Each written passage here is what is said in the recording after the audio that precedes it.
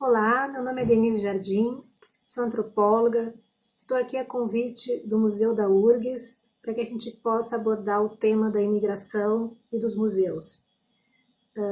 Para mim é uma honra, tanto o convite quanto a possibilidade de falar a respeito do assunto para pessoas que se interessam por museus e que, como eu, são apaixonadas por museus. Então eu trouxe para a nossa conversa virtual uma pergunta motivadora. O que é um museu para um imigrante? E eu pretendo, então, explorar ela em dois movimentos, que são complementares. O primeiro é como é que os museus vêm se transformando a partir de outras vozes que os frequentam, inclusive as vozes dos imigrantes. E o segundo movimento tem a ver com como é que os imigrantes conferem importância aos museus, o que eles fazem com os museus. Para começo de conversa, eu acho importante falar que museus de imigração são frequentemente encontrados nas sociedades de acolhida, ou seja, isso não quer dizer que nas sociedades de partida a gente não encontre marcos e monumentos. Então, um exemplo que é um monumento que existe na cidade de Gijón, à beira-mar, no norte da Espanha, que é um monumento, uma estátua de uma mulher, uma mãe se despedindo dos filhos, e marcando então, lembrando a tragédia da separação que envolve o ato de migrar para os que ficam.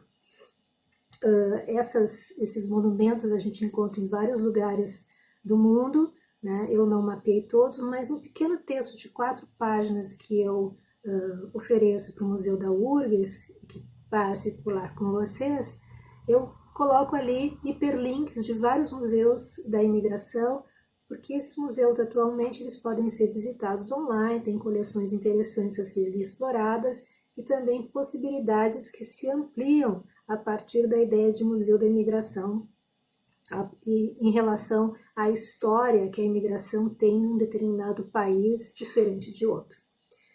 Então, os dois movimentos que eu pretendo fazer com vocês é que a gente possa pensar os museus de ontem e os museus de hoje. Não se faz mais museus como antigamente. E o interessante disso é que, se a gente acompanhar o movimento dos museus da imigração, a gente vai ver o quanto eles já contemplam as vozes dos imigrantes na sua constituição. Nós temos, por exemplo, museus da imigração judaica, o Centro Cultural Judaico de Pernambuco, o Museu da Imigração Japonesa, vários museus em São Paulo e Rio de Janeiro e outras cidades do país, que já mostram o quanto os migrantes buscaram se inscrever nas histórias locais. No caso de Pernambuco, o Centro Cultural Judaico é na parte cêntrica e antiga da cidade, comunicando muito qual é o lugar que o imigrante almeja na sociedade de acolhida. Enquanto que o Museu do Rio de Janeiro, por exemplo, o Museu do Imigrante, era uma antiga hospedaria numa ilha, num entreposto que era também o local de quarentena dos migrantes quando chegavam ao Rio de Janeiro. Um Rio de Janeiro que no século XIX e XX era tomado por grandes epidemias e, portanto, essa hospedaria, ilha, ela também não era só um lugar de admissão e deportação, mas também de quarentena, e que se torna, então, mais contemporaneamente, como o local da coleção do museu. Não é tão comunitário, e sim por ações mais estatais.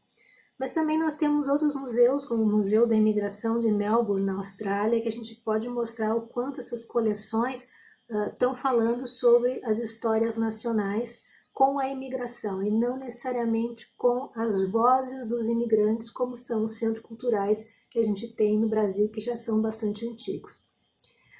Os museus eles são interessantes para pensar nessas vozes, mas também para pensar nas intencionalidades, ou seja, no Brasil nós temos também muitas histórias soterradas e que ainda não foram devidamente contadas, cujos narradores não tiveram a força e o espaço numa sociedade para que essas histórias fossem contadas. Os museus fazem esse esforço de tornar público alguma coisa que era própria de um segmento ou que a sociedade negava sua existência.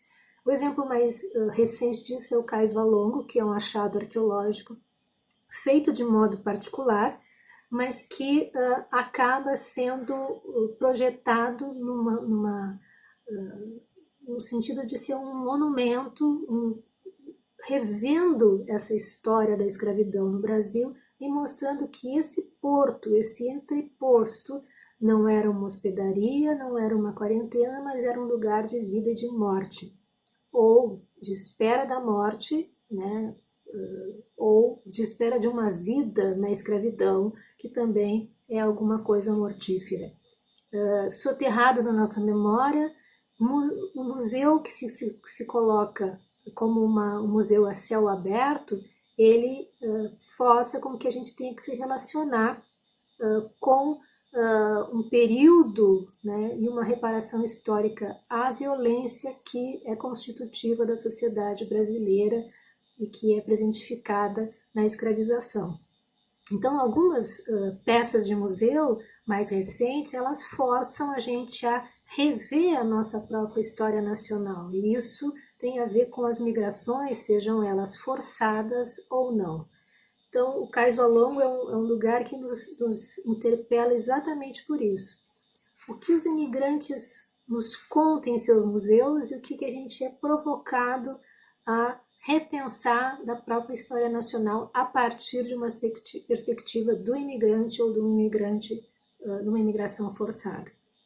Então, nós chegamos a um segundo ponto aqui que eu gostaria de provocá-los, né, nesse segundo movimento, é o que os imigrantes nos contam a respeito da imigração nos museus. A gente tem museus do imigrante em São Leopoldo, Museu do Imigrante em Juí, vinculado à Universidade de Juí, e muitos desses museus, eles são também fundos documentais que conectam a sociedade de origem a um presente e projetam um futuro. Esses centros de documentação são lugares muito visitados para que as pessoas busquem realizar genealogias e possam, então, demandar passaportes para o velho mundo, sendo, então, dupla nacionalidade, aquilo que se almeja. Há várias... Mas o que está em jogo aí, né? Ou seja, existe uma presença dos museus tanto sobre o passado quanto sobre o futuro, se inscrevendo na sociedade de acolhida. A pergunta que a gente, como antropólogo, faz é quando é que os imigrantes se interessam por fazer um museu? Porque nem todos os imigrantes se interessam por um museu, como os italianos, os alemães, etc. Mas podem constituir mesquitas, igrejas ortodoxas, lugares que são verdadeiros, a presença da genealogia de fato, ou seja, os próprios cemitérios fechados, né, da própria comunidade são também uma peça que conta uma história dos seus também, seja nas lápides, seja na própria... o sujeito pode possuir a chave de um cemitério, não é um cemitério aberto, esses são os nossos. Existem outros lugares que são, que narram também as histórias dessas pessoas. Mas como é que é? O certo é que o museu é um lugar de histórias, né? Um lugar de histórias de origem e destino. Mesmo que nem todos os imigrantes se interessem por constituir um museu, eles são... Sempre a gente vai encontrar lugares onde as pessoas fazem do ato de narrar um ato de se tornar presente e se expor aos interlocutores, seja entre si, seja para a sociedade envolvente. O que a gente faz com isso? Talvez o certo é que o museu é um lugar de histórias, de sair bem na foto, e que se busca o devido reconhecimento da sociedade que o recebe. Então, na realidade, a gente não tem um único espaço, mas tem um espaço do museu que atualmente é um espaço também para evocar possibilidades de que as pessoas ocupem com seus atos narrativos e as suas próprias histórias. O melhor movimento, esse segundo movimento, é o de se relacionar com alguns critérios e indagar sobre quais as histórias as pessoas gostariam de contar, o que estaria em primeiro plano, que não poderia ser esquecido. Então, O trabalho antropológico se alia muito com esse trabalho de um museu mais atual, onde os imigrantes são convidados a contar as suas histórias para ouvidos atentos. Através delas, os objetos ou as palavras nos trarão muitos sentimentos. O primeiro deles é o da descoberta.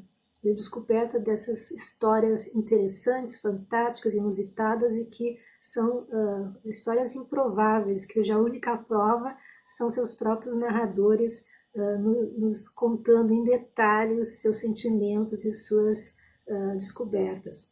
Então, fica o convite, né? Quando a gente pensar nos museus, pensar também no ato de narrar as histórias e deles narrarem as suas próprias histórias para que a gente seja ainda mais atento a essa projeção de passado e de futuro.